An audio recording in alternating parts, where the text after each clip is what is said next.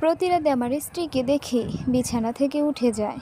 আমি ভাবি হয়তো ঘুম থেকে উঠে ওয়াশরুমে যায়। প্রতি রাতে 12টার কাছাকাছি দেখি উঠে যায়। আজকে সে কি করে তা দেখতে পিছনে পিছনে গেলাম। তাকে দেখলাম বারান্দায় গিয়ে মোবাইলে কথা বলে। তার মানে ওরও কি পরকীয়ায় জড়ালো নাকি? না, এইসব কি ভাবছি?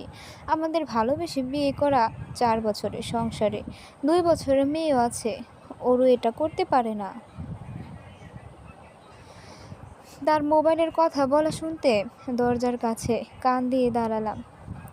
আমি পারবো না আমার স্বামীর থেকে লুকিয়ে এটা করতে।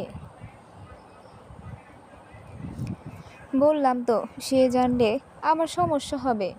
আমি কালই লুকিয়ে দেখা করতে সব খুলে বলবো। নেকলেন পার্কেই এসো, সকাল 10টা বাজে। রাখি, সে আবার সজাগ হয়ে যাবে। ওর মোবাইল রাখার আগে আমি বিছানায় এসে শুয়ে পড়লাম। আমি চোখ বন্ধ করে শুয়ে পড়লাম। ওরও চুপচাপ করে এসে শুয়ে পড়ল। আমি ভাবছি এই মানুষটা কি করে পরকীয়া করবে। 2 বছর প্রেম করে যখন তার পরিবার রাজি ছিল না, তখনই পালানোর সিদ্ধান্ত নিলাম। আর সেটা করেই দুজনের ঘর বাঁধলাম। 4টা বছর কেটে গেল। তার পরিবার এখনো মেনে নিল না। আমাদের একটা মেয়েও হয়ে গেছে। মোটামুটি নিজের পায়ে দাঁড়িয়েছি। নিজেদের একটা বাড়ি করলাম। সংসার চাকরি সব নিজেই নিয়েই ভালো আছি। যখন চাকরি ছিল না, বাসা ভাড়া করে থাকতে হতো, তখন ওরও আমাকে ছেড়ে যায়নি, বরং সব ছেড়ে চলে আসলো। এই সব ভাবতে ভাবতে কখন ঘুমিয়ে গেলাম মনে নেই। সকালে ওর ডাকেই ঘুম ভাঙলো। আমাকে ফ্রেশ হয়ে আসতে বলে টেবিলে নাস্তা দিল। অন্যদিন মেয়েকে নিয়ে অনেক দুষ্টুমি করি নাস্তা করার সময়। আজকে চুপচাপ করে নাস্তা সেরে নিলাম। আমি রেডি হয়ে অফিসে যাওয়ার জন্য প্রস্তুতি নিচ্ছি।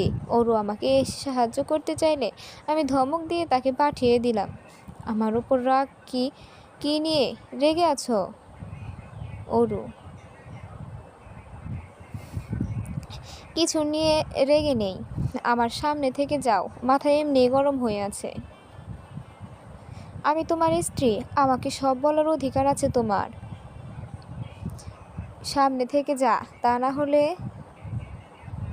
ওরও চুপচাপ চলে গেল। আমি অফিসে যাব বলে বের হয়ে গেলাম বাসা থেকে। আমাদের বাসাটা 2য় তলায়। এই ফ্ল্যাট আমি নিজেই নিয়েছি। সিঁড়ি দিয়ে নামার সময় আবির সাহেবের সাথে দেখা।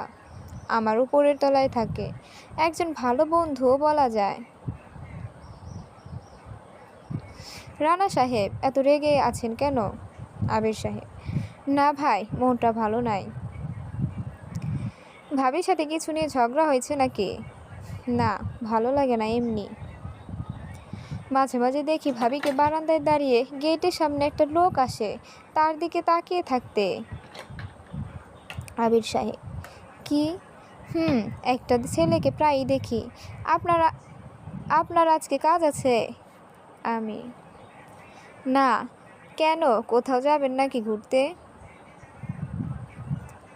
তাহলে চলেন একটু ডিটেকটিভের মতো কিছু বের করি। বুঝলাম না। দুজনে ঘুরে আসি, সিগারেট খাবো আর আড্ডা দিব। আবির সাহেব আর কিছু না বলেই চলল আমার সাথে।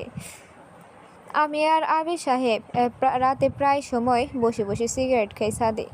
দুজন বের হয়ে বাসার গলির মাথার চায়ের দোকানে বসে দুজনে চা খেয়ে সিগারেট খাচ্ছি আর কথা ভাবছি। 9:30 বাজে। তখনই চললাম সিগারেট টানতে টানতে পার্কের দিকে। দুজনে নানান কথা বলতে বলতে চললাম সেদিকে। পার্কের কাছে একটা রাস্তার পাশে গাছের নিচে বসলাম। পার্কের গেট থেকে অনেক দূরে যাতে দেখা যায় ওরু আসলে। আবির সাহেবের পেছনে অনেক বড় কাহিনী আছে। তিনি এই ফ্ল্যাটে থাকেন 5 বছর আগে থেকেই। তিনি ছোট একটা ব্যবসা করতেন, প্রায় সময় দেশের বাহিরে থাকতেন তিনি। আর এই সুযোগে আমি যে ফ্ল্যাটে থাকি সেখানের এক পরিবারের ছেলের সাথে পরকীয়া করে। আর তার হাত ধরে চলে যায়। আবির সাহেব তারপর থেকে চুপচাপ হয়ে যায়। তার স্ত্রী তখন গর্ভবতী ছিল, সেই সব পরে বলবো। আরও কথা, আমরা দুজন চুপ চুপ করে বসে আছি। 10 বেজে যাওয়ার কিছুক্ষণ পরই দেখি অরু আসতেছে একা।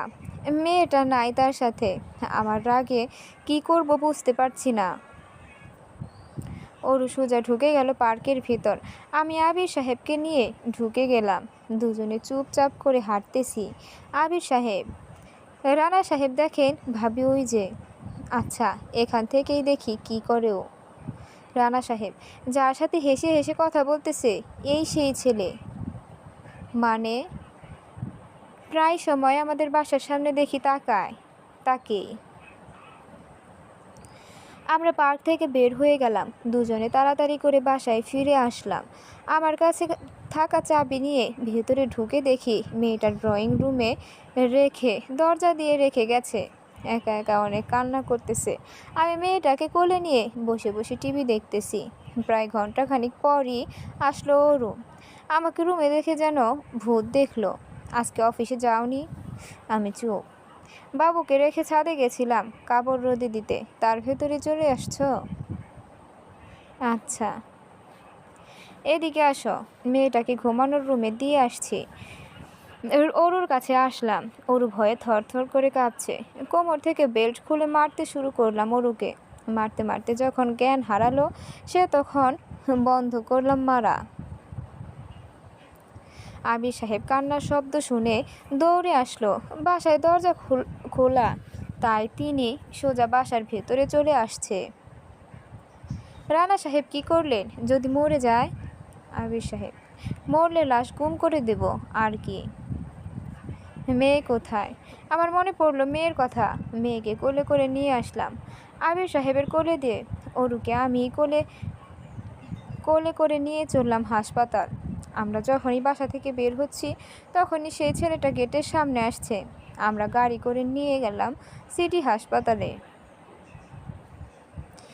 ডাক্তার কারণ জানতে চাইলো মারার, আর পুলিশের থেকে অনুমতি নিয়ে চিকিৎসা করবে তারা বলে।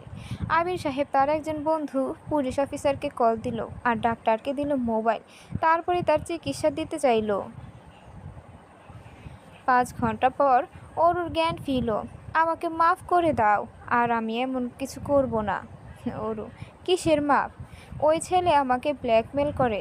মানে কি? আমার গোসল করার সময় কাপড়বিহীন শরীরের ভিডিও আছে তার কাছে। নগ্ন শরীরের ভিডিও দিয়ে আমাকে ব্ল্যাকমেল করে। কি? পুরো নগ্ন হওয়ার ভিডিও আছে, আর এই ভিডিও দিয়ে আমার সাথে শারীরিক সম্পর্ক করতে চায়। আমি কি করব বুঝি নাই। আচ্ছা ঠিক আছে, আমি সব কিছুই দেখব, টেনশন করার কি আছে। আমি, তাহলে তুমি আমায় ক্ষমা করে দিছো? ওরু, এই সব বাদ দাও, আমাকে মাফ করো। আমি বিশ্বাস করতে পারি নাই তোমাকে, তাই আঘাত করেছি। ওরু আর কিছু বলার আগেই আবির সাহেব আমাকে টেনে নিয়ে গেল রুমের বাহিরে। মেয়েটা আবির সাহেবের কোলেই আছে এখন। রানা সাহেব, মাথা খারাপ হয়ে গেছে নাকি? ভাবিকে আমার সন্দেহ হয়, এত সহজে ছাড়া যাবে না, তা না হলে আমার মতো ফসকাবে। আমি এই ছেলের ঠিকানা নিয়েই এদিক ওদিক করব, সব সত্য বের করব। টেনশন বেড়ে যাচ্ছে, ভাবিকেই ভালো করে জিজ্ঞেস করেন, আর তা না হলে পুলিশের কাছে দেন, সব বের হয়ে যাবে সত্যিটা। মাথা খারাপ হয়ে গেছে নাকি? বউকে পুলিশের কাছে দেব? আর আমার কিছু হলে আপনি তো আছেনই। বন্ধু বলেই বলতেছি, ওরও ভাবিকে ভালো মনে হচ্ছে না, আর আপনার ভালোই চাই আমি, সব সময়ে পাশে থাকবো আমি, আপনি টেনশন করবেন না আবির সাহেব। আচ্ছা চলি আমরা বাসার দিকে। প্রায় ঘন্টা পর আমার বাসায় চলে আসলাম। অরু শুয়েই আছে। আমি নাস্তা করতে চা বিস্কিট দিলাম অরুকে। নাস্তা করলে তাকে ওষুধ খাইয়ে দিলাম। বিকাল হয়ে গেল প্রায়। অরুও প্রায় সুস্থ। রাতে খাবার খেয়ে বসে আছি, মেয়েটা ঘুমিয়ে আছে। অরু আমার পাশেই বসে টিভি দেখছে। ওই ছেলের বাসার ঠিকানা জানো? কেন? সকালে যাব তার বাসায় আর তাকে জিজ্ঞেস করে পুলিশের কাছে দেব। এই সব করার কি দরকার? আমি বুঝিয়ে বলবো তাকে। তার ঠিকানা দাও। ওর ওই ছেলের ঠিকানা দিলে আমি মোবাইলে টাইপ করে রেখে দিয়েছি। সকাল 9টায় যাব। ওকে বলেছি। আমি শুয়ে থাকতে গেলাম। টেনশনে ঘুম হবে না জানি, তাই ঘুমের ওষুধ খেলাম একটা। একদম নর্মাল, যেটা বেশি বেশি একটা ঘুম হয় না এমন। সকালে ঘুম থেকে ডেকে দিল ওরু। মোবাইলে দেখি 7:30 বাজে। আমি উঠে ফ্রেশ হয়ে নাস্তা করলাম, রেডি হয়ে বাসা থেকে 9টার দিকে বের হলাম। বাসা থেকে বের হয়ে নিচে নেমে দেখি আবি সাহেব দাঁড়িয়ে আছে। এই যে রানা সাহেব, আজ যে অন্য দিনের আগেই বের হয়ে গেলেন যে, কোথাও যাবেন নাকি? না, সময় মতোই বের হলাম তো, একটু কাজ আছে তাই যেতে হচ্ছে। আর কোনো সমস্যা হলে আমাকে কল দিয়ে বাসার দিকে দেখে রাখিয়েন। আমি টেনশন করতে হবে না, আমি আছি। আবি সাহেব থেকে বিদায় নিয়ে চললাম সেই ছেলেটার বাসার দিকে। রাস্তার পাশ থেকে একটা সিগারেট নিয়ে টানতে টানতে রিক্সা করে ওই ছেলের বাসায় গেলাম। ভাড়া দিয়ে মোবাইল হাতে নিয়ে দেখি 9:30 বাজে। আমি বাসার ভেতরে গেলাম, দেখি দরজা খোলা আর বাসায় কেউ নাই। টেবিলের ওপর একটা ল্যাপটপ আছে। আমি ল্যাপটপ অন করে দেখে জ্ঞান হারানোর মতো অবস্থা।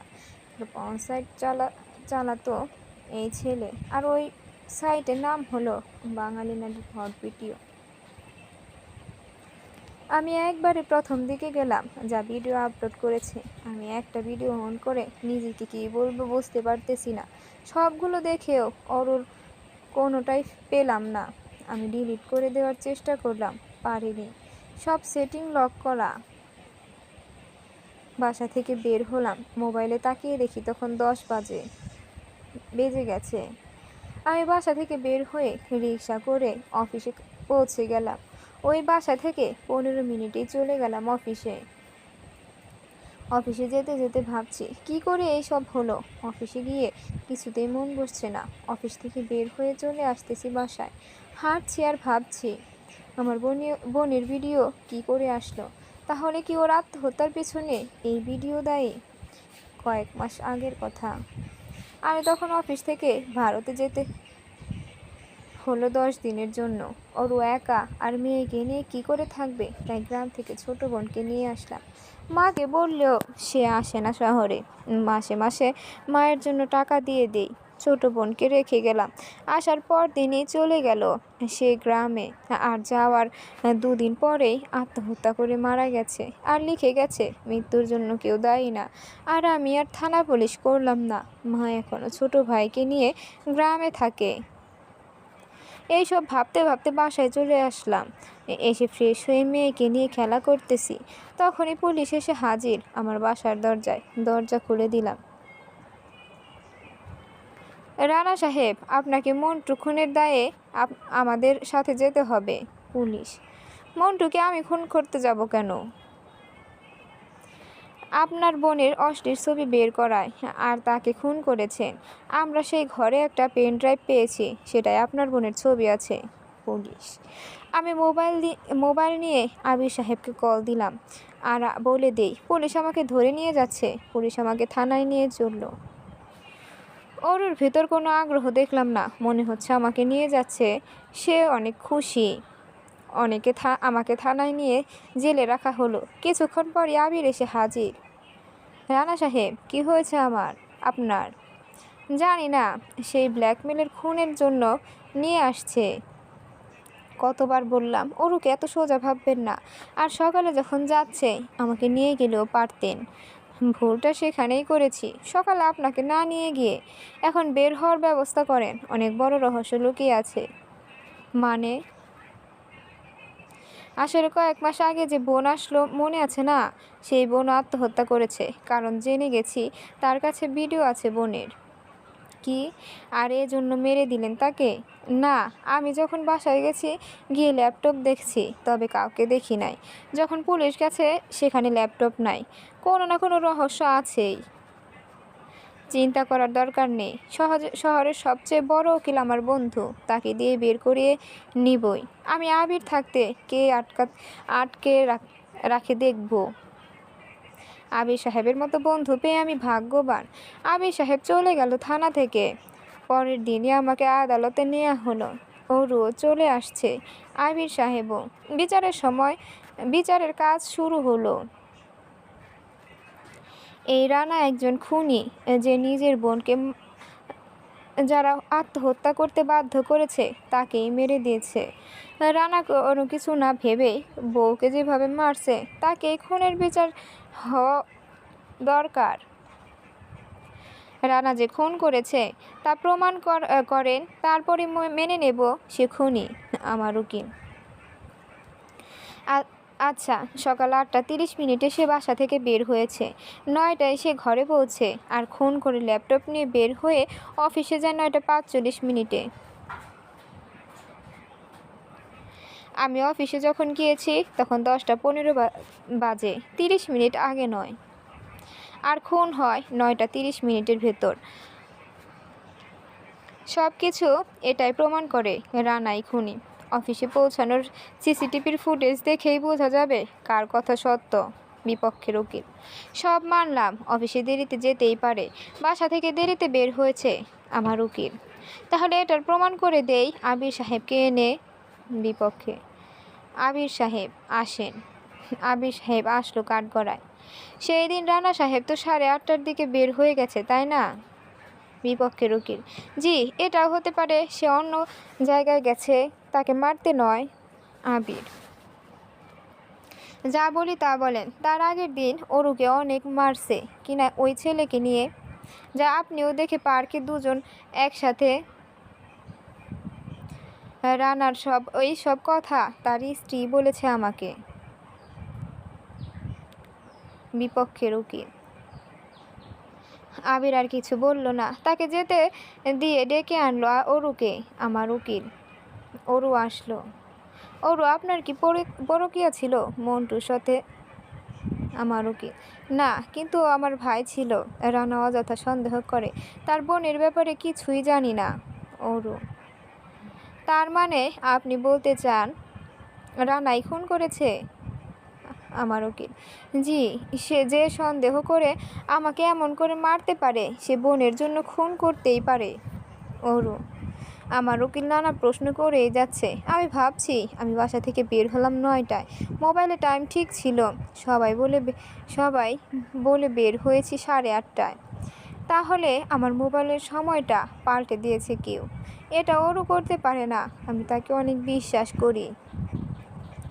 নানান কথা বলে ওরুকে চলে যেতে বলল।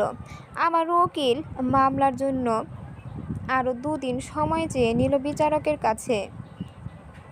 আমাকে আটকে রাখা হলো জেলে। পরের দিন জেলে আসলো ওরু, হাতে কিছু কাগজ নেই। আবির তখন আমার সাথে দেখা করতে সেখানে উপস্থিত ছিল। এই কাগজগুলোতে স্বাক্ষর করে দাও। অরু: কিসের কাগজ? বলে আমি কাগজগুলো হাতে নিলাম, দেখি ডিভোর্সের সব কাগজ। মানে কি অরু? আমি: মানে তুমি তো আর বের হতে পারবা না, ফাঁসি হবে। আর একটা কথা, আমার ফোনে ভিডিও ছিল না, মিথ্যা বলেছিলাম। আমার নগ্ন ছবি কোথায় পাবে? অরু: রানা, আমি আগেই বলেছি এই মেয়ে ভালো না। আবির: তুই পারলে বাঁচা তোর বন্ধুকে, আর এই নে মেয়েটাকে দেখেই রাখ। অরু: আমি সব কিছুর প্রতিশোধ নেব।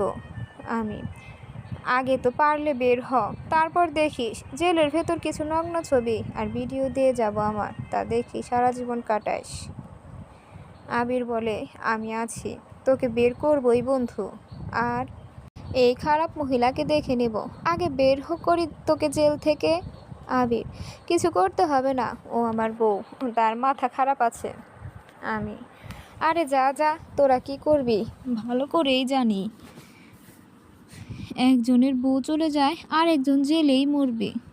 অরু: আচ্ছা ঠিক আছে, আমরা কি দেখব তোমায় অরু? আবির: এই ডিভোর্স কাগজে স্বাক্ষর করে দে। অরু: আমি তোমাকে ডিভোর্স দেব না। আমি: আবির আমার কানে কানে বলে, দোস্ত দিয়ে দে ডিভোর্স, এই মহিলাকে রেখে লাভ কি? আমিও আবিরের কথা শুনে ডিভোর্স কাগজে স্বাক্ষর করে দিলাম। ডিভোর্স কাগজে স্বাক্ষর করে সেখানে তারিখটা দিলাম 10 তারিখ। আজ হলো 3 তারিখ। যখন এই কাগজ দিয়ে কিছু করতে যাবে তা 10 তারিখের পর পারবে। এর আগে কোনো কাজই আসবে না। এদিকে আমিও বের হয়ে যাব জেল থেকে। ওর কাগজ নিয়ে মেয়েটাকে আবিরের কোলে দিয়েই চলে গেল। আবির এখন আমার সামনেই দাঁড়ানো। আমি কি করে বের হব সেটার জন্য ভাবতে হবে না। কালই আদালত থেকে বের করে নেওয়ার সব ব্যবস্থা করে দেব। আবির: কি করে? আসলে কাল তোকে পাগল প্রমাণ করে বের করে দেব। মানে কি? কি করে? আসলে এই শহরের সবচেয়ে বড় মানসিক ডাক্তার সে আমার বন্ধু। আর ল্যাপটপ নিয়ে যাওয়ার সময় কেউ দেখে নাই, পেন ড্রাইভে আঙুলের ছাপ নাই, সময়ের প্রতি কোনো কিছু মনে নাই। আদালতে প্রমাণ হলো একটা, পাগলের সময় ঠিক নাই।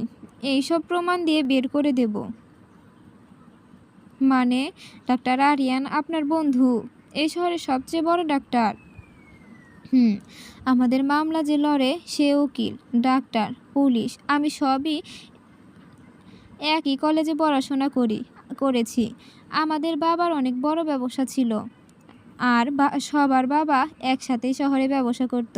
তারা বন্ধু ছিল, সে সুবাদে আমরাও বন্ধু ছিলাম। তো যখন বাবা ব্যবসা লস খেয়ে যায় তারপর সবার দূরত্ব সৃষ্টি হয়। আর আমরা কলেজ থেকে বের হয়ে একজন এক ভার্সিটিতে পড়তে শুরু করি। সবার যোগাযোগ হয়। ডাক্তার আরিয়ান যদি মিথ্যা রিপোর্ট দিয়ে দেয় তাহলে বিচারক এমনিই ছেড়ে দেবে। শহরের সব মামলার রিপোর্টও তৈরি করে। তুই শুধু পাগলামি করবি, আদালত আর আবল তাবল বলবি। আবির: দোস্ত কি বলবো বুঝতে পারছি না, আমার মেয়েটাকে দেখে রাখিস। আমি: আচ্ছা, এখন থেকে তুমি বাদ দিয়ে তুই করেই বলিস। আবির: আবির মেয়েটাকে নিয়ে চলে গেল জেল থেকে। পরের দিন আমাকে নেওয়া হলো আদালতে। বিচারক বিচারের কাজ শুরু করলো। আজকে রায় শুনিয়ে দেন। এই রানাই খুন করেছে। বিপক্ষের উকিল: জনাব, তার আগে আমি কিছু দেখাতে চাই। আমার উকিল: তাহলে কি খুনের ভিডিও দেখাবেন এবার? বিপক্ষের উকিল: যে প্রিন্টটাই পাওয়া গেছে ওইটাই আঙুলের ছাপ নাই। এই দেখেন, রিপোর্টার রানার সময়ের নিয়ে কোনো কিছুই মনে থাকে না, সে কি করে খুন করবে? আমার উকিল: মানে? বিচারক: এই নেন সকল রিপোর্ট। আসলে রানা একজন মানসিক রোগী, তাই সেই দিন বউকে মারছে। আসলে এসব খুনের সাথে জড়িতই না। আমার উকিল: সব ভুয়া, মিথ্যা রিপোর্ট। জনাব, রায় শোনান। বিপক্ষের উকিল: বিচারক ভালো করে সব কাগজ দেখছে, এই রিপোর্ট মিথ্যা হতে পারে না। ডক্টর আরিয়ানের মতো ডাক্তারের রিপোর্ট ভুল নয়। আসলেই রানা মানসিক রোগী, কেউ রানাকে ফাঁসাতে এসব করেছে। বিচারক: কে করবে? যতদিন কাউকে না পাওয়া যায় রানাই খুনি। বিপক্ষের উকিল: কে করলো না করলো এইসব নিয়ে মাথা ব্যথা নাই আমাদের। রানা নির্দোষ, তাই তাকে এইসব থানা পুলিশ বাদ দিয়ে মুক্ত করে দেওয়া হোক। আমার উকিল: আমি ভালো করে আদালতে সবাইকে দেখালাম, ওরও আর আবির সাহেব নাই আদালতে। রানা এই খুনের সাথে জড়িত না, এমন কোনো প্রমাণ নাই সে খুন করেছে। সন্দেহ করে পুলিশ তাকে অ্যারেস্ট করেছে। এই খুন একটা রহস্য, তাই রানাকে মুক্তি দেওয়া হলো। সে যেন ভালো ডাক্তার দেখায়, সেটা তার পরিবারের দায়িত্ব। মন্টুর খুনের তদন্ত করবে পুলিশ। যদি তা না বের করতে পারে তাহলে এটা 1 সপ্তাহ পর এই খুনের মামলা বন্ধ হয়ে যাবে। বিচারক: আমাকে ছেড়ে দেওয়া হলো। আমার উকিল অনেক খুশি। সবাই চলল সবার মতো। আবির কোথায়? আসে নাই যে আদালতে। আমি: গতকাল এই সব রিপোর্ট আমাকে দিয়ে চলে গেছে মেয়েকে নিয়ে, তারপর মোবাইলও বন্ধ, আর দেখাও নাই। ও আচ্ছা, আপনার বিল আমি আপনার অ্যাকাউন্টে দিয়ে দেব। আমার কোনো বিল দিতে হবে না। আবিরের বন্ধু মানেই আমার বন্ধু, তাই বন্ধুর থেকে টাকা নেওয়ার প্রশ্নই নাই। তাই কিছুদিনের মধ্যে বউ নিয়ে দেশের বাহির থেকে ঘুরে আসেন। উকিল: তার থেকে বিদায় নিয়ে চলে আসলাম। আদালত থেকে বের হচ্ছি আর ভাবতেছি, একজন উকিল সত্যকে মিথ্যা আর মিথ্যাকে সত্য প্রমাণ করে দিয়ে মানুষকে বাঁচাতে পারে। যখন সত্য বললাম কিছু হয় না, মিথ্যা বলে বের করে দিল। সোজা বাসায় আসলাম। বাসায় ভেতরে নাই কেউ। আবির সাহেবের বাসায় গেলাম, গিয়ে দেখি দরজা তালা মারা। মেয়েটা কোথায় জানি? আবির সাহেব কোথায় আবার? মেয়েটাকে কি করলো তারা কে জানে? অনেকবার আবির সাহেবকে কল দিয়েও পেলাম না। কি করব বুঝতেছি না। অরুর বাপের বাড়িতে গিয়ে খোঁজ নিলাম, সেখানেও নাই অরু। এই ওই বেয়াদব যেখানে খুশি যাক, মেয়েটা তো আমার, তাকে ছাড়া থাকবো কি করে? 2 দিন আবির সাহেব ও মেয়ে অরু সবাইকে খুঁজেও পেলাম না। মন্টু সম্পর্কে খোঁজ নিতে শুরু করলাম। সে এলাকায় থাকে, আশেপাশে মানুষকে জানতে চাইলাম। তার কাছের একজন বলে, মন্টু রিপা নামে একটা মেয়ের সাথে সম্পর্ক আছে। ওই রিপার বাসায় খোঁজ নিলাম। সেখানে গিয়ে দরজায় কড়া নাড়তে মাঝ বয়সী একজন মহিলা দরজা খুলে। আমি কি রিপার সাথে কথা বলতে পারি? কান্না করে মহিলা বলেন, আমার মেয়েটা কবে এই দুনিয়াতে থেকে চলে গেছে, তার খোঁজ নিয়ে কি করবেন? সে মারা গেল কি করে? আত্মহত্যা করে। কেন মারা গেছে? আমার মেয়ের সাথে মন্টু শারীরিক সম্পর্ক করে ভালোবাসার নাম করে আর সেই ভিডিও করে তার ইন্টারনেটে দিয়ে দিছে। লোক লজ্জার ভয়ে মরেই গেছে। আর আমি থানা পুলিশ করলে অরু নামের একজন মহিলা টাকা দিয়ে সব ধামাচাপা দিয়ে দেয়। কি করব সাহেব, গরিব মানুষ আমি, আর কেউ নাই এই দুনিয়ায়, তাদের বিচার আল্লাহ করবে। আমার আর বোঝার বাকি রইল না। আমি যত ভিডিও দেখেছি তার ভেতরে তাহলে রিপা নামের মেয়েটারও ভিডিও আছে। আচ্ছা, এখন আপনি কি করে চলেন? মানুষের বাসায় কাজ করি, কোনো রকমে চলি।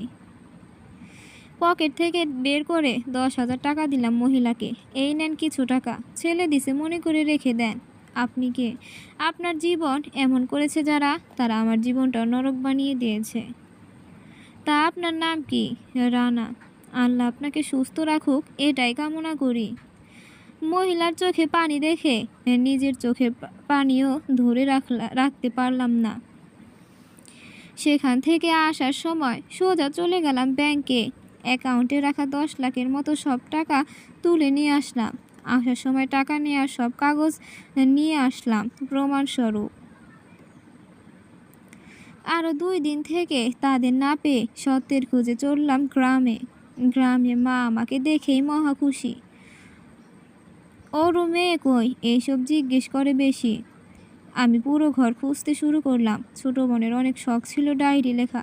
সেই ডায়েরিটা খুঁজে বের করতে শুরু করলাম। পুরাতন বই আর খাতার সাথে ডায়েরিটা পেয়ে গেলাম। আমি ডায়েরি খুলে একদিনের লেখার ভেতরে মারা যাওয়া একদিন আগের লেখা বের করলাম। তাতে লেখা, দাদা, জানি না তুমি আমার লেখা ডায়েরি পাও কি না। আমার এই দুনিয়া ছেড়ে যেতে কোনো ইচ্ছে ছিল না। তুমি আমাকে রেখে যাওয়ার কয়েকদিন পরই একদিন দুপুরে আমি গোসল করতেছিলাম বাসায়, ভাবি আর আমি। তাই ভাবলাম, ভাবি মানুষ লজ্জার কি আছে, গোসলখানার দরজাটা লক না করে কোনো রকম লাগিয়ে করেছি। সেই দিন রাতেই দেখলাম ভাবি মোবাইলে আমাকে দুপুরে অর্ধনগ্ন শরীরের ভিডিও দেখালো আমারই। দুষ্টুমি করে ভাবছি। পরের দিন আমি ছাদে গেলে কিছুক্ষণ পরে দেখি বাসায় এসে একটা ছেলের সাথে ভাবি খারাপ কাজ করতেছি। আমি আসলে ভাবিকে ছেড়ে আমাকে ধরে আর ভাবির সামনে ধর্ষণ করে। ভাবি দাঁড়িয়ে সেই ভিডিও করে। তোমাকে বললে ইন্টারনেটে সব দিয়ে দেবে বলেছে, লজ্জায় বলতে পারি নাই। তুমি আসার পর আমি গ্রামে আসলে দেখি আমার ভিডিও দিয়ে দেয়। আর এজন্যই লজ্জায় ছেড়ে চলে গেলাম দুনিয়া। আর ভাবি নাকি কোটিপতি হবে এমন ভিডিও বানিয়ে। এইসব কিছু কতদিন করে জানি না। তবে তুমি আমাকে মাফ করে দিও। আমি খারাপ না।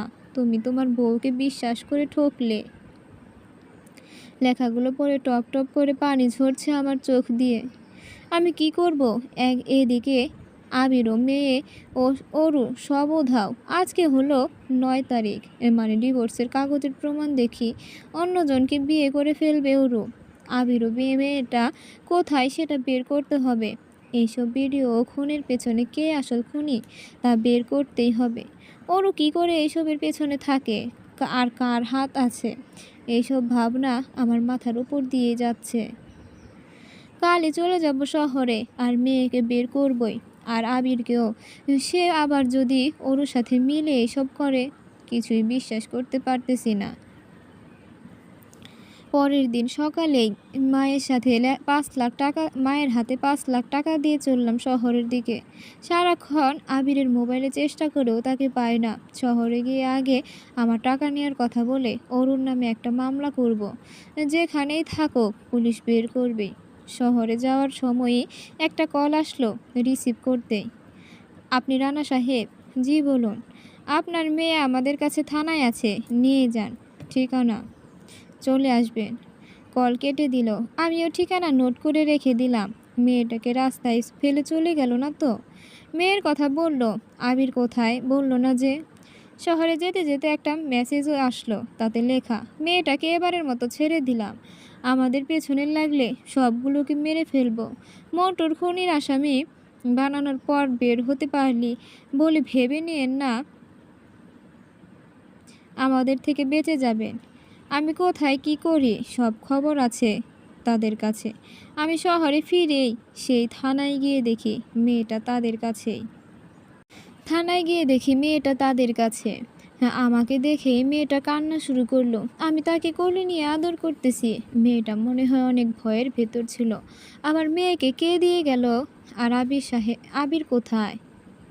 জানি না আমরা কিছুই। ঘন্টা দু এক আগে থানার সামনে মেয়েটার গলায় একটা ভিজিটিং কার্ড সুতো দিয়ে ঝুলিয়ে রেখে গেছে। আর ভিজিটিং কার্ডের এক পৃষ্ঠে আপনার অফিসের নাম্বার দেওয়া, অপর পৃষ্ঠে কলম দিয়ে লেখা আপনার সাথে যোগাযোগ করতে। আপনারা কাউকে দেখেননি? কে আসলো, কি করলো? না, তবে গেটের দারোয়ান বলল মোটরসাইকেল দিয়ে আসছে দুজন, একজন মহিলাও হবে। আপনার কাউকে সন্দেহ হলে মামলা করতে পারেন। এত সুন্দর বাবুটাকে কি কষ্ট দেয়?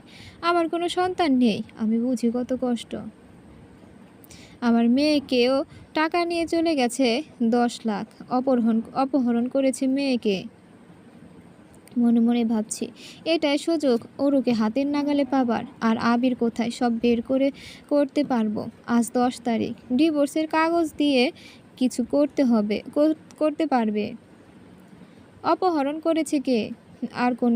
আর কেন, সব খুলে বলুন। আসলে আমার স্ত্রী অরু, সে আমার থেকে জোর করে ডিভোর্স কাগজে সকালে স্বাক্ষর নিয়েছে।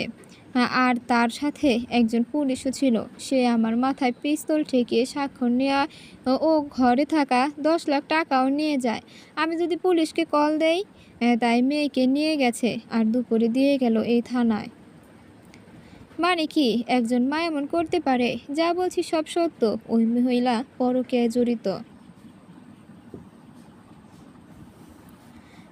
আচ্ছা, আপনি একটা ছবি আর নাম, স্থায়ী ঠিকানা দেন তার। বাকিটা আমি দেখে নেব। আপনি চিন্তা করবেন না, তার শাস্তির ব্যবস্থা আমি করতেছি। আমি ওর পুরো ঠিকানা সব দিয়ে মেয়েটাকে কোলে নিয়ে বের হয়ে আসলাম থানা থেকে। মনে বলতেছি, মিথ্যা দিয়ে সব হয়, যেমনটা উকিল করে দেয় ওরুকে শাস্তি দিতে, আর কনিকে বের করতেই মিথ্যা বললাম। জানি ওরু এইসব এমনি করেনি, তাকে আমি অনেক বিশ্বাস করি। বাসার আসার সময় কিছু দুধের প্যাকেট নিয়ে আসলাম। মেয়েটাকে খাওয়া হবে যে। হোটেল থেকে বিরিয়ানি নিয়ে আসলাম। বাপ বেটি মেয়ে খেয়ে একটু রেস্ট নিব। বাসায় ফিরে খাবার খেয়ে নিলাম। মেয়েটাকে কিছু খাইয়ে ঘুম পাড়িয়ে দিলাম। মেয়েটা ঘুমাচ্ছে। আমি দেখলাম ওর কিছুই রেখে যায়নি বাসায়। পুরো বাসা উল্টে পাল্টে করে গেছে। আমি ভাবছি কি করা যায়। বিয়ে করব না, আর যাই হোক এই মেয়েদের ওপর থেকে বিশ্বাস উঠে যাবে। যদি ওরও আমার পুরো বিশ্বাস ভেঙে দেয়, তার সাথে একবার দেখা হলেই হয়। আমি রুমটা পরিপাটি করতে ব্যস্ত হলাম, তখনই মোবাইল বেজে উঠলো। মনে হয় ওরুকে পাওয়া গেছে। আমি মোবাইল হাতে নিয়ে অবাক হয়ে গেলাম। আসলে আবিরের মোবাইল দিয়ে কল দেওয়া হলো। আগ্রহ নিয়ে রিসিভ করলাম। আপনি কি রানা সাহেব? অপরিচিত গলা। আপনি কে? আবির কোথায়? আমি ডাক্তার রিফাত। আপনি যতটা তাড়াতাড়ি পারেন সিটি হাসপাতালে আসেন, এখানে এলেই সব জানবেন। কলটা কেটে দিল। মেয়েটা ঘুমাচ্ছে, কি করব? না, মেয়েকে নিয়েই যাই, একা রেখে গেলে কি হয় আবার। ৯-৬ ভেবেই মেয়েকে কোলে নিয়েই ছুটলাম হাসপাতালে। প্রায় আধা ঘন্টা পরেই চলে আসলাম। যে কল দিয়েছে তার নাম ডাক্তার রিফাত। আমি সে ডাক্তারের খোঁজ নিলে একজন নার্স আমাকে তার ক্যাবিনে নিয়ে আসলো। আপনি রানা সাহেব? জি। আপনার বন্ধু আবিরই বলল তার মোবাইলে রাখা রানার নাম্বারে কল দিতে। আবির কোথায়? আমার সাথে আসুন। আমাকে নিয়ে একটা রুমে গেল ডাক্তার। আমি সেখানে গিয়ে অবাক। আবির হাসপাতালের বেডে শুয়ে আছে। আমাকে দেখে উঠে জড়িয়ে ধরলো। বন্ধু মেয়েটাকে নিয়ে গেল, আর আটকাতে পারি নাই। তুই কি করে আনলি? ওই সব পরে বলতেছি, আগে বল হাসপাতালে কেন তুই? আমাকে আবির দেখালো পেটের এক পাশে ব্যান্ডেজ করা। আমি ভাবছি কি হলো তার। আমি সেই দিন ডাক্তারের থেকে মিথ্যা রিপোর্ট বানিয়ে উকিলের বাসায় যাই। এই রিপোর্টগুলো সব বুঝিয়ে দিয়ে মেয়েকে কোলে নিয়ে বের হয়ে রাস্তার পাশ দিয়ে হাঁটতেছি। একটা গাড়ি দিয়ে দুজন লোক আসলো, একজন মহিলা আর একজন পুরুষ। যতটা মনে হলে ওরই হবে। আমাকে ছুরি দিয়ে আঘাত করলো, আর মেয়েটাকে নিয়ে চলে গেছে। যখন জ্ঞান ফিরলো বুঝলাম কেউ একজন আমাকে এখানে তুলে রেখে গেছে। মোবাইল নষ্ট হয়ে গেছে। আজ ৫-৬ দিন পর একটু সুস্থ হলাম। সিমটা ডাক্তারের মোবাইলে লাগিয়ে কল দিয়ে বললাম এই ৫-৬ দিন কেমন গেছে নিজেও জানি না। তার মানে চাইছে কি ওরা? তোকে শেষ করে দিবে যাতে মামলা না জিততে পারি। আর মেয়েকে এজন্য নিয়ে গেছে, কেউ নাই বলে। যখন শুনলাম আমি জেল থেকে বের হয়ে গেছি তখনই ফেরত দিল। এমনই কিছু হবে। বারবার বলতেছিলাম যে মেয়েদের বিশ্বাস করতে নেই। আমরা সব ফল ভোগ করলাম, তার আমাদের জ্বালিয়ে গায়ে বাতাস লাগিয়ে ঘুরছে। একটা দিক পরিষ্কার, খুনের পেছনে ওরু ছাড়াও অন্য কারো হাত আছে। আচ্ছা, তোকে আঘাত করার সময় সেই ছেলের মুখ দেখলি? না, দুজনেই মুখ ঢেকে রাখছে। আচ্ছা, এইসব কথা বাদ দেই। এখন যেহেতু সুস্থ, বাসায় চলি দুজন। ডাক্তার আবিরকে বাসায় নিয়ে যেতে বলল। সব বিল দিয়ে দুজনে বাসায় ফিরে আসলাম। ভেবেই যাচ্ছি কার সাথে মিলে ওরু এসব করছে, কেন করছে, আর কেনই বা এমন হয়ে গেল সে। সব রহস্যের একটাই পথ খোলা, ওরুকে পাওয়া। বাসায় ফিরতে ফিরতে সন্ধ্যা হয়ে গেল। রাতের খাবার খেয়ে সবাই ঘুমিয়ে গেলাম। আবিরও আমার বাসায় ঘুমিয়ে গেল। তার তো আর কেউ নেই। তার বউ চলে গেল অন্যজনের সাথে। তখন বউ নাকি ৩ মাসের অন্তঃসত্ত্বা। বউকে পাগলের মতো খুঁজলেও পাইনি। যত কিছু হয়েছে মাফ করে দিয়ে বাচ্চার দিকে তাকিয়ে বউকে রাখতে চেয়ে পারেনি। যখন শুনলো অ্যাবর্শন করে ফেলেছে, আর ফিরে আসার জন্য বলেনি। পরকীয়ার ফলে একটা জীবনই শেষ। তাই তো আজ আমার দিকে তাকিয়ে নিজের কষ্টগুলো ভোলার চেষ্টা করছে, যাতে তার মতো না হই। সকালে ঘুম ভাঙলো মোবাইলের কলটা রিসিভ করতে। রানা সাহেব, ওরুকে পাওয়া গেছে। কি? কোথায়? ভোর ৪টার ফ্ল্যাটে ব্যাংকক যাওয়ার সময় এয়ারপোর্ট থেকে আটক করেছে কাস্টমস পুলিশ। আমি গতকালই তার ছবি দিয়ে পুলিশের ওয়েবসাইটে দিয়ে দিয়েছি, আর পুলিশের সবার সাহায্য চাইলাম যেন তাড়াতাড়ি খুঁজে দেয়। পেয়ে গেলাম। আপনি ফ্রেশ হয়ে ঘন্টা ২-৩ পর আসেন, এই থানায় আনার ব্যবস্থা করছি। আচ্ছা, ঠিক আছে। বিছানা ছেড়ে উঠে বসে আছি। ভাবছি পাসপোর্ট বানাতে হলে মিনিমাম ১ মাস লাগবে। ভিসার আবেদন সব কিছু কবে করলো? আগে থেকেই আমার থেকে সব লুকিয়ে প্ল্যানিং করে রাখছে। একটা সিগারেট জ্বালিয়ে টানতে থাকলাম আর ভাবছি কাকে এত ভালোবাসলাম, কার জন্য জীবনটাই শেষ করে দিলাম। এমন কিছু নারীর জন্য কত পুরুষের জীবন শেষ হয়ে যায়। আবির ততক্ষণে উঠে ফ্রেশ হয়ে গেল। সে পুরোপুরি সুস্থ না হলেও বাহির থেকে বোঝার উপায় নাই সে অসুস্থ। এমন মেয়েকে ঘুম থেকে তুলে দুধ গরম করে খাইয়ে দিলাম। বেলকনিতে বসলাম, 2 বন্ধু। সব বললাম পুলিশ যা বলেছে আবিরকে। আসলে দোস্ত, আমরা নারী পেয়েছি ঠিকই, তবে ভালো নারী পাইনি। ভালোবেসে বিয়ে করেছি, তারপরে এমন। আর কি করব, কপালই খারাপ। এবার তাকে বোঝানো উচিত আমরা কি করতে পারি। মানে সব খুনের শাস্তি দেওয়ার সময় হলো এখন। ওই সব দেখা যাবে পরে। দুজনই বসে বসে আড্ডা দিতে দিতে সকাল 10টা বেজে গেছে। আস্তে আস্তে রেডি হয়ে বের হলাম থানায় যাব বলে। মেয়েটাকেও নিয়ে গেলাম থানায় যেতে। বাসা থেকে বের হয়ে গাড়ি নিয়ে সোজা থানায়। আমরা পুলিশ অফিসারের ক্যাবিনে বসে আছি। তাকে আনা হয়েছে? জেলে আটকে রাখছি। কালই আদালতে নেওয়া হবে। তার থেকে ল্যাপটপ পাওয়া গেছে। পাসপোর্ট আর প্রয়োজনীয় কিছু জিনিস ছাড়া কিছুই ছিল না সাথে। আমরা কথা বলি একটু তার সাথে। হাবিলদার রানা সাহেবকে নিয়ে যান অরুর কাছে। আবিরও আসলো আমার সাথে। হাবিলদার আমাদের নিয়ে গেল অরুর সামনে। আমাদের দেখে হাসতেছে অরু। আসেন আপনারা, আমিও অপেক্ষা করে আছি।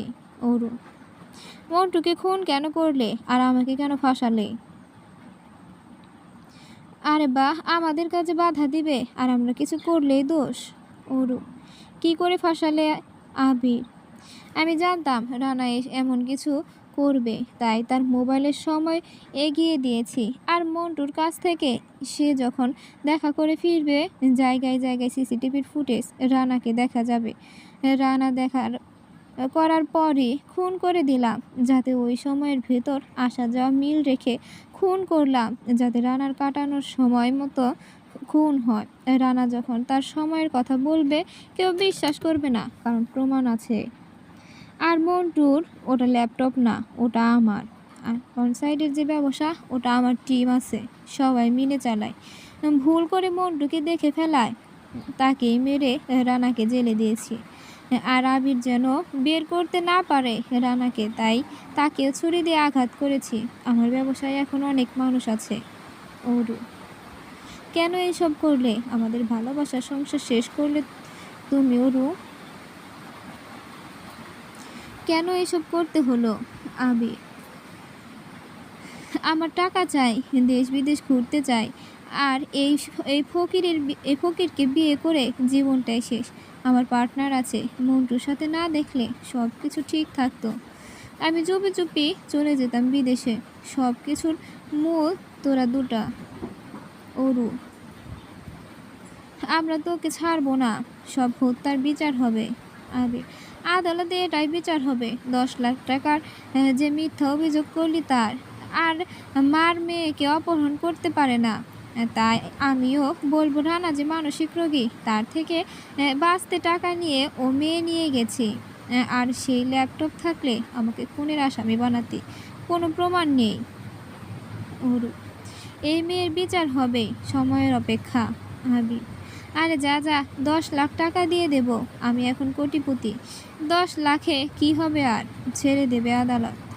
অরু: আমরা পুলিশকে সব বললাম, পুলিশও একই কথা বলে, প্রমাণ ছাড়া কিছুই হবে না। আর খুনের মামলাগুলো পুনরায় খুলতে, যারা খুন হলো বা আত্মহত্যা করলো তাদের পরিবারকে দিয়ে মামলা করতে হবে আবার। তাছাড়া এখন আর কোনো উপায় নেই ওরও তার পার্টনারকে ধরতে। পুলিশের থেকে বিদায় নিয়ে বের হতে যাচ্ছি, তখনই দেখি একজন কোট পরা লোক আসতেছে। এই হয়তো অরুর অবৈধ পথের পার্টনার আবির। আমি তো তাকে চিনি, সে ওর ছোট বোন জামাই।